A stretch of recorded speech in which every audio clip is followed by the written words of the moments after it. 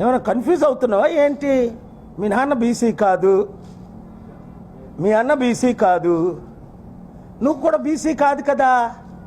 నువ్వు వెలమ దొరలు అంటారు, చాలామంది మిమ్మల్ని దొంగలు అంటున్నారు.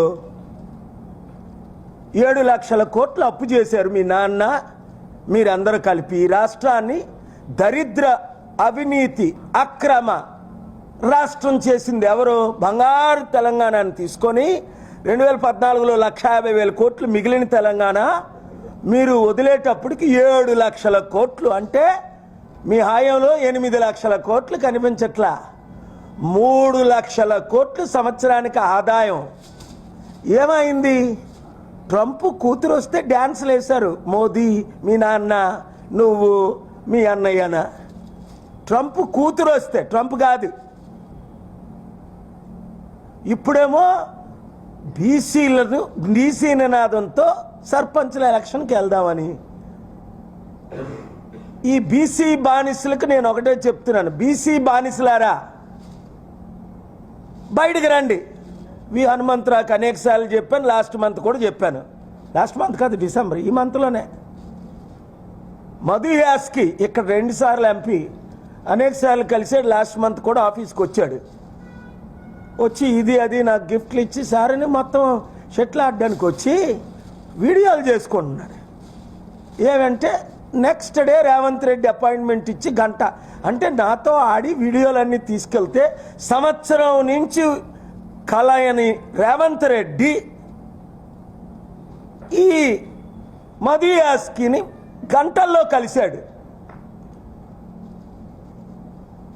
ఇక్కడ అరవింద్ ఉన్నాడు ఎంపీ, ఆయన ఎవరో నాకు తెలియదు, కానీ వాళ్ళ నాన్న నా మిత్రులు శిష్యులు అనేక మీటింగ్లకు వచ్చారు. మా అన్నయ్యకి బెస్ట్ ఫ్రెండ్, చనిపోయినంత వరకు మాట్లాడారు. టీఆర్ఎస్లో ఎందుకు చేరారంటే కాంగ్రెస్ అంత దరిద్ర పార్టీ లేదన్నాడు ఆయన.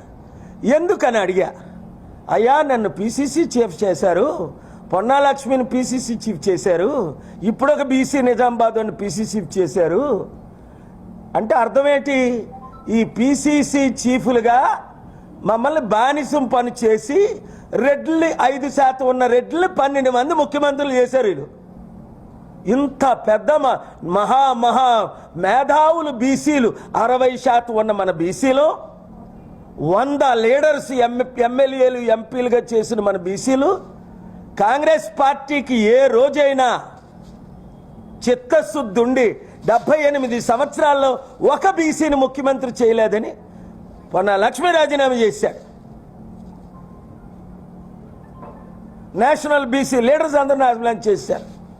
గులాం నబీ, కపిల్ సిబ్బల్ రాజీనామా చేశారు. రాష్ట్రంలో ఉన్న పెద్దలందరూ రాజీనామాలు చేశారు. ఒక్క బీసీ దొరకలేదా? అంటే మనం అంత దరిద్రులమా? మనం అంత పనికిమాలోవా? మన ఓట్లేనా వాళ్ళకి కావాలి? మన సేవలేనా కాంగ్రెస్ పార్టీకి 78 సంవత్సరాలు కావాలి? 2 తెలుగు రాష్ట్రాల్లో ఒక్క రోజైనా ఒక్క బీసీని ఒక రోజుకైనా ముఖ్యమంత్రి చేశారా? ఇప్పుడు బీసీ నినాదం వీళ్ళకి. తల్లి కవితమ్మ, మీ నాన్న ఏమన్నాడు నాతో అందరితో? దళితుడిని ముఖ్యమంత్రి చేస్తాను అన్నాడు. ఎలా టోపీలు పెట్టాడు, అందరమే నమ్మాం. ఏ దళితుడినైనా ముఖ్యమంత్రి చేశాడా? బంగారు తెలంగాణ అని చెప్పి అప్పులు తెలంగాణ, దరిద్ర తెలంగాణ, నీళ్లు, నిధులు, నియామకాలు. నీళ్లు దాని గురించి మరి చెప్పే అవసరం లేదు, 2-3 రోజుల్లో చెప్తాను ఈ కాళేశ్వరం గురించి వీలైతే. నిధులు అబ్బా మీకెంత?